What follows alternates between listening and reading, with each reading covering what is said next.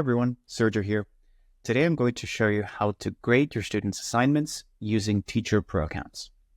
So, within the classroom, find the assignment you want to grade, click on it, and click on the student you need to, whose grades you need to review. Check on the answers. By clicking on the question, you can listen to the answer here. Check what comment AI, Chatty or AI provided to the student, and you can change the grade if you want. In this case, I can make the student have a 0 out of 1 or 1 out of 1. And I can add my own message.